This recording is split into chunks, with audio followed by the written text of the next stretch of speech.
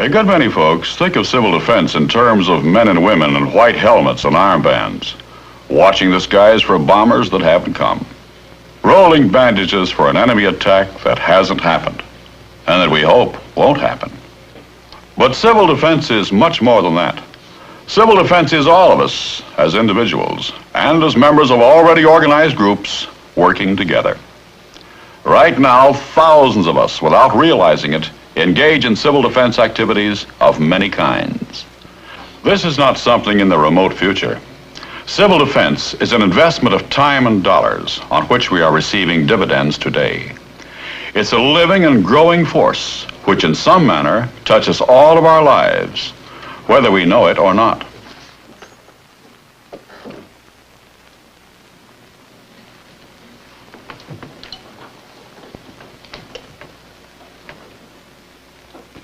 Here is the story of two truck drivers named Joe and Slim. Hard-working boys who are not very different from the millions of others who pilot these big rigs on the highways all over this great country of ours. It's the story of what civil defense means to them and to all America right now.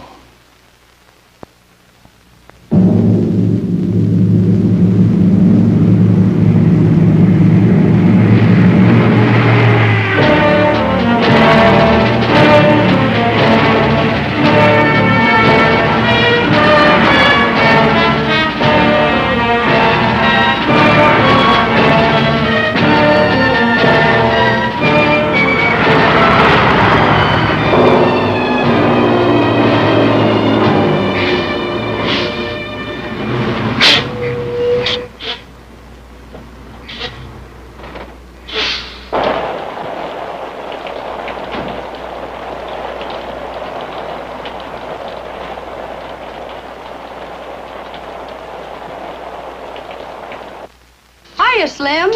Hi, Sue. Well, what do you know? Slim boy looked like he'd been out in the town last night. Where'd you get those satchels under the eyes? How you been the last couple of days, Slim? We missed you. I've been down the valley, Sue, hauling people out of the flood zone. 36 hours at the wheel. Man, I'm shot. Well, the ICC suspended all the rules for the emergency, so we didn't have to take any rest. Yeah, they should have been pushing those trucks. Yeah. We've been getting it all day on TV. Must have been really rough.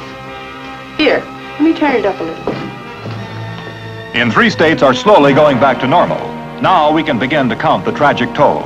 53 have lost their lives, more than 100 missing, property damage of more than $1 billion. But there is a brighter side to the picture, the 3,600 families who got out in time. It will be a long time before they forget the truckers who moved them to high ground just as the floodwaters were lapping at their doorsteps. It was a gigantic operation involving more than 600 trucks.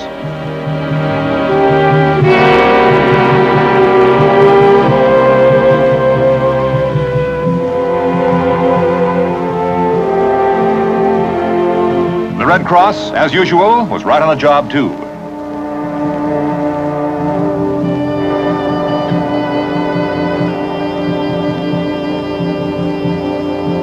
Gee, we've got a real live hero with us. Skip the hero stuff. Turn it off, Sue, will you? Sure, Slim. Gosh, I'll bet after all you've been through, you don't want to see any more of it. Oh, it's not so much that, Sue. As a matter of fact, there are a lot of things I want to remember. Things that kind of get you, like those kids at the emergency feeding station the Red Cross set up just outside the flood zone. They piled into that grub as though they hadn't eaten in a month of Sundays. And there were funny things, too. Like the crazy things people take with them in an emergency. Things that give you a pretty good idea of what each of those people was like. Well, the kids, of course, brought the things they loved best, their pets, which didn't always get along together.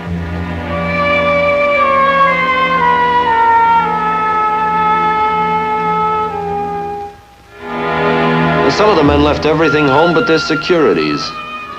It was pretty amusing sometimes, but it was plenty tough, Sue, and I just as soon forget about it. He hasn't seen anything yet. What if the bomb drops down on us? The bomb? What's that got to do with us? I'll take the pork chop, Sue. Not so good today, huh? Make it corned beef. Haven't you heard of how they're mobilizing trucks for civil defense? In my town, we have a plan that'll put all of our 1,400 trucks to work as soon as we get the first warning of an attack.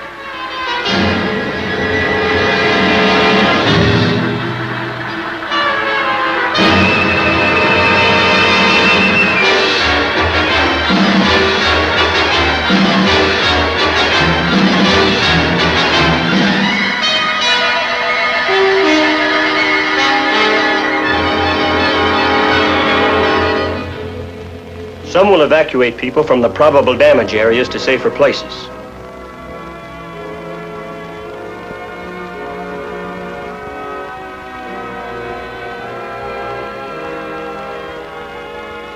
After attack, some will carry the injured and the helpless to hospitals and shelters.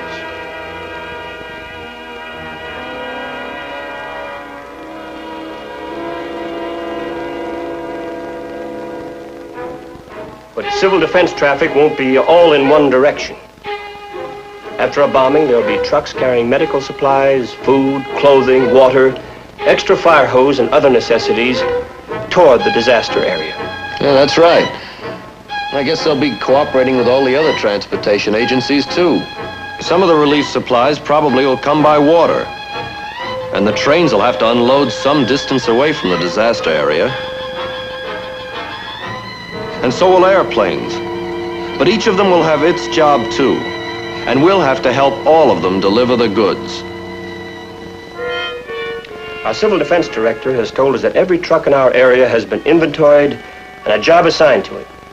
Even specialized carriers like tank trucks. They can be steam cleaned in a few minutes so they can be used to haul water. Automobile carriers can haul all sorts of special kinds of equipment, even small boats. Local delivery trucks, the ones that survive, have been assigned assembly points from where they'll be sent on other missions like hauling auxiliary police to areas of heavy traffic or auxiliary firemen to help man the hoses. Others will be turned into ambulances to carry the injured to aid stations and hospitals.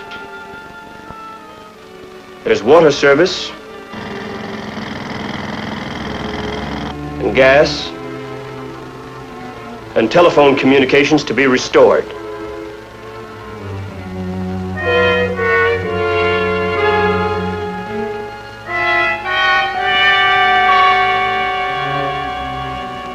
And that's not all either.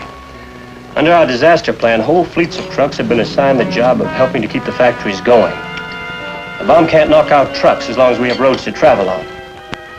Yeah, we don't even need roads. I could take that rig of mine across the fields if I had to, big as it is.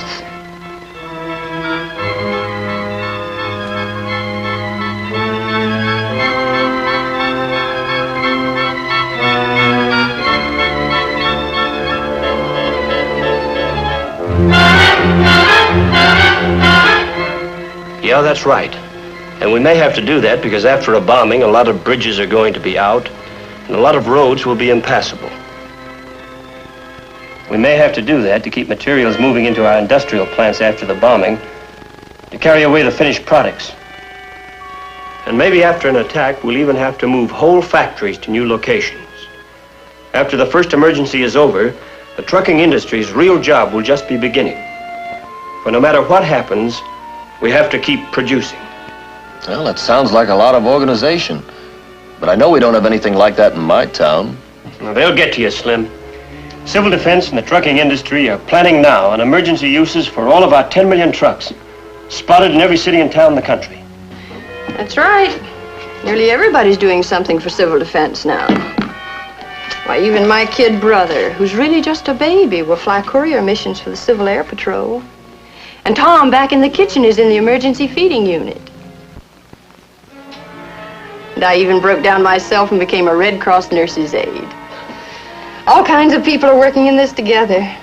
And they would have overlooked their best bet if they hadn't planned on using the trucks, too. Overlooked a bet? Why, it would have been criminal. We showed them what we could do with trucks in some full dress rehearsals for disaster. There were the Missouri River floods that covered parts of 3 states. And Texas City, where 500 people were killed when a phosphate ship blew up.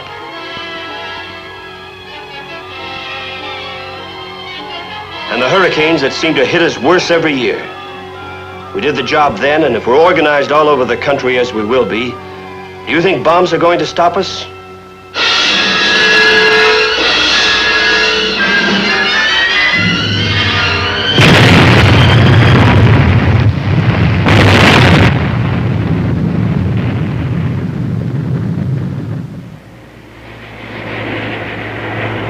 Not on your life. Sure, they could set us back, and they might flatten your city or mine. Could be pretty awful. But we can lick them. We can lick them with 10 million trucks.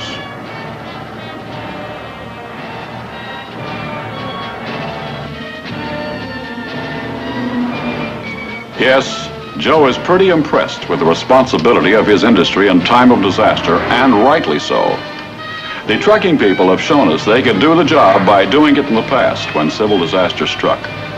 But of course, if the bombs begin to fall, it's going to take more than those 10 million trucks. It's a job for all of us, for me and you and you. And it's a job particularly for trade and industry groups of all sorts. The trucking industry is showing the way. All over the country, they're organizing against the day we hope will never come. And if that day does come, they'll be ready. And come what may, we'll roll forward.